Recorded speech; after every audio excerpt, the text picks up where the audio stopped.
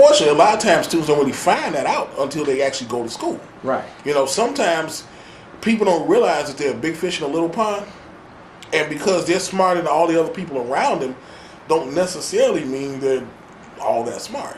Right. It just means they're smarter than the other people around them.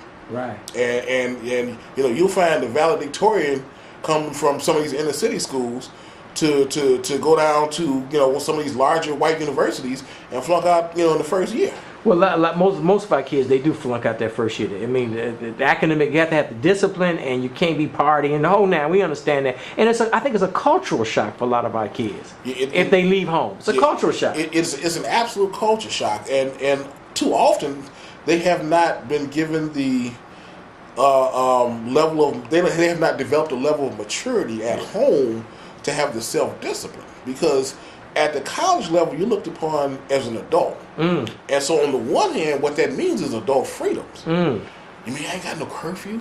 I can come and go when I want. Yeah. I can go out and party when I want. Yeah. I can screw who I want. Or Yeah. whoever give me some. Yeah. Or I can get high if I want. Yeah. I can drink if I want. Yeah. I can do all these things that I've been wanting to do that I ain't been able to do because mom was looking over me and dad was looking over my shoulder and all sorts of stuff. And now I'm away on this campus. Ain't nobody looking over my shoulder. I can do what I want to do now. Yeah. All right?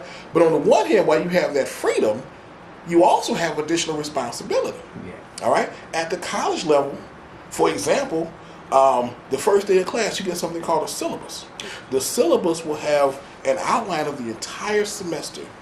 Every assignment, every homework assignment, every research paper, everything you have to do in that class is outlined in your syllabus. All right?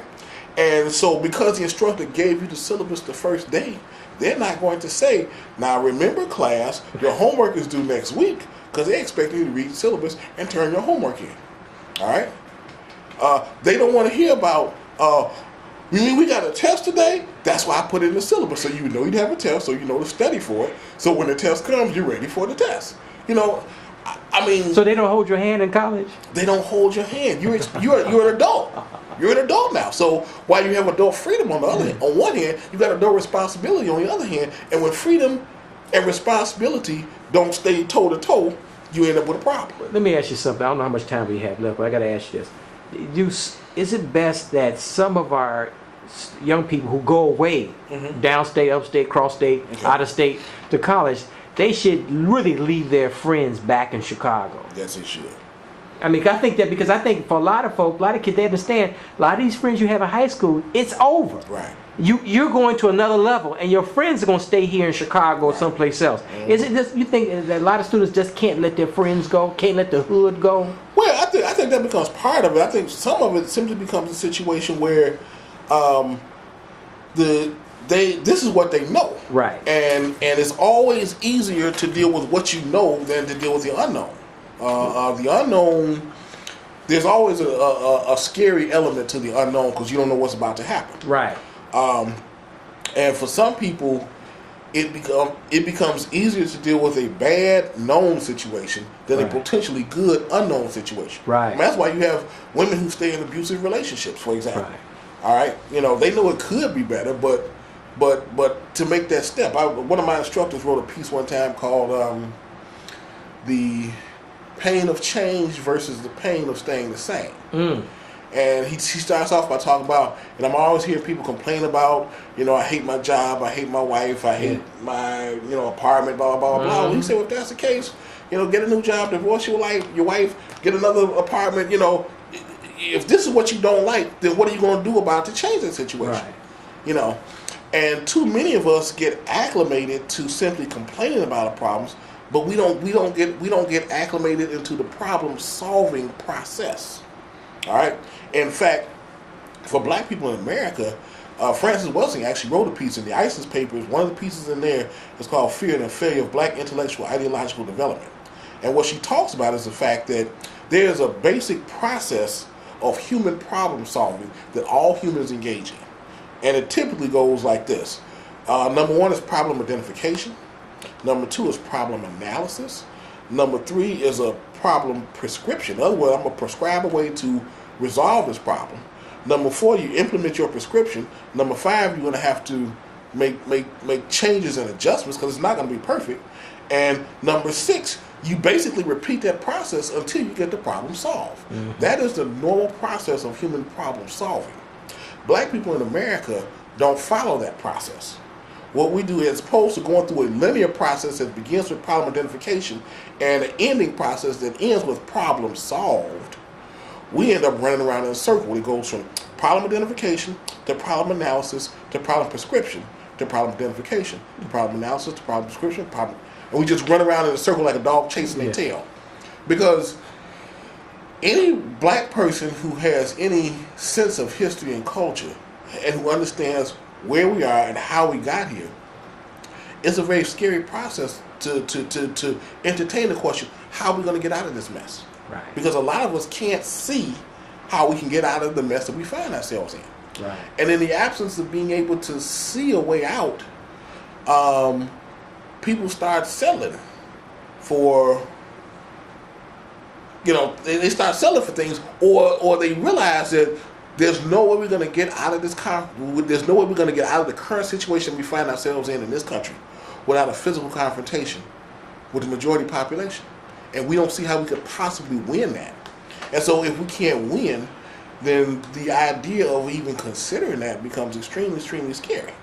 All right, and so instead of trying to find a different way to solve our problem, we get scared of the answer that we keep coming up with, and go back to this whole question of problem identification. I mean, like I said, it goes problem identification, problem analysis, problem prescription, where you begin to start prescribing solutions to this problem.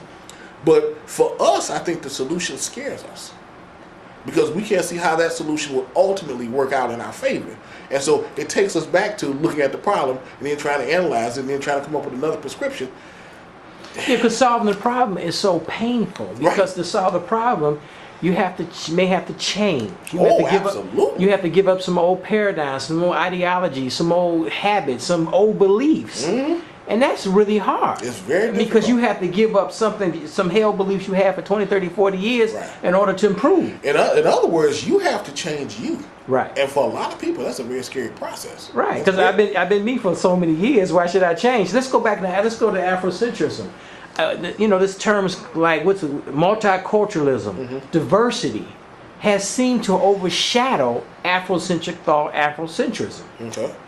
How are we gonna move forward? I challenge anybody looking at this to go back and look through public records and find any conversations on multiculturalism or diversity prior to 1987. Prior to 1987. What was significant about 1987? What happened? In 1987, ASCAC, the Association for the Study of Classical African Civilizations, had the national conference. They decided to have it in Egypt, and to the surprise of a whole lot of folks, there were over 1,000 people who went on this trip from all over this country, as well as a number of other countries around the world, and met in Egypt for 2 weeks for this study tour. And it was then that I think it kind of shook up the powers that be in terms of white folks in this country. Because up until that point, they kind of dismissed this Afrocentric stuff as just some little nuts on the fringe talking this black stuff and saying rah, rah, rah, and they'll grow out of it. All right? When that happened, I think it shook a lot of people up, and they realized that this was something that was seriously taking root. And if they didn't come up with a way to head this off in the past, so to speak, it was gonna create a whole lot of futuristic problems for them. Mm-hmm. All right, and so that is only at that time that these terms multiculturalism and diversity start coming into the public discourse. Well, I didn't hear that when I was a kid. I only heard that stuff beginning maybe late 80s or something. That's what I'm saying. Diversity. That's what I'm saying. And multiculturalism. Prior to that, you wouldn't see anything about that because it wasn't concerning, and so. Essentially, what they've decided to do is take old wine and pour it in a new bottle. Mm-hmm. In other words, if you look at a world history book from 1950, it will tell you that what is called the ancient period starts with the Greeks and ends with the fall of Rome. What they call the so-called medieval period goes from the fall of Rome to the Renaissance, and then the so-called modern period is from the European Renaissance in the early 1400s up to the present. All right. Well, if you get one of these so-called new books dealing with diversity and multiculturalism, it's still talking about the same white supremacist nonsense. So right? In other words, they're trying to suggest to us that civilization didn't start till the Greeks came on the set, when in fact you had 3,000 years of continuous civilization in Kemet that we know as Egypt. You had 3,000 years of continuous uninterrupted civilization, the longest that any civilization on Earth has stayed on a continuous basis. And so when you talk to it's somebody my age, our age, and somebody younger, you're saying that we are descendants of black Africans who go back way back into antiquity. That we are the original people. Yeah, I mean, but what I'm saying though is that they multiculturalism, diversity, and what's the other one? When you're race neutral, post-racial. That's the new term. Post-racial discounts the antiquity of African people. Yeah, I mean, what that crap attempts to do is to suggest that nothing in the past matters. The only thing that matters is right now. What matters right now is everybody gets together and holds hands and sings Kumbaya and all this kind of crap. Well, let me say this: that you would think that the abandoned black people, if you will, the abandoned African Americans, the underclass, would embrace, or they should be the ones to embrace Afrocentrism. Unfortunately, it's almost the opposite. Unfortunately, because that population has been raised up on so much TV and so many other anti-intellectualism and so many other white supremacist values, right, that very oftentimes those people who are the most oppressed also simultaneously happen to be the most loyal to the master. Wow. I mean, it's really, really weird. But it was like that in slavery. Yes, it segregation. Exactly. I mean, the dynamics. I'm not a professor like you, but the dynamics of slavery are still with us. Look. David Walker wrote David Walker's Appeal in 1828.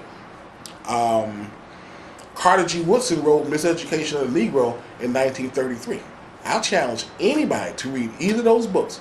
David Walker's Appeal, written in 1828. Let's say it's David Walker's what? David Walker's Appeal. David Walker's Appeal to the colored citizens of the United States. David Walker, look him up. David Walker's Appeal to the colored citizens of the world, and in particular, those citizens of the United States. That's the whole name of the book. Wow. Little pamphlet, but like 80 pages long. Wow. Powerful. Where can I get it? Most of your black bookstores should have it. If you can't, they can order it if they don't have it. It's stock and stuff. Cool. David Walker's Appeal, written in 1828. 1828. Wow. And if you read that, 90% of what he said that was true about black people in 1828 is still true about black people in 2011. Carter G. Woodson wrote Miseducation of the Negro in 1933. All right? Again, we're talking like 80 years ago when he wrote that book. 80 years ago. Yeah. And if you read that book today, 90% of what he said that was true in 1933 is still true right now. In fact, to show you how much progress we're making, when I was an undergrad up here, I had to do a research paper, and I can't remember what the paper was on. What sticks out in my mind was the fact that I had to do, I had to go to the library upstairs and look at something that was in the Defender archives from like the 1930s. And I found an ad that had been placed in the Defender by an organization of black pharmacists in 1933 that said at that time there were only 300 black-owned pharmacies in Chicago, and that wasn't nearly enough to service the population, and they needed to do something desperately to be able to bring more of that into play. More pharmacies. 300 black-owned pharmacies in 1933 in Chicago. 300. Yeah. How many black-owned pharmacies do you think there are in Chicago now? And we're just as segregated as we were then. Right. Just as segregated. I mean. Yeah, I know. But that goes back to I got a book I have to read again. Is The Black Bourgeoisie by E. Franklin Frazier. Right. And when you read stuff like that, like you mentioned books before, things really haven't changed. Right. If you read Crisis, the dynamics haven't changed. If you read Crisis of the Negro Intellectual, Harold Cruz, 1967.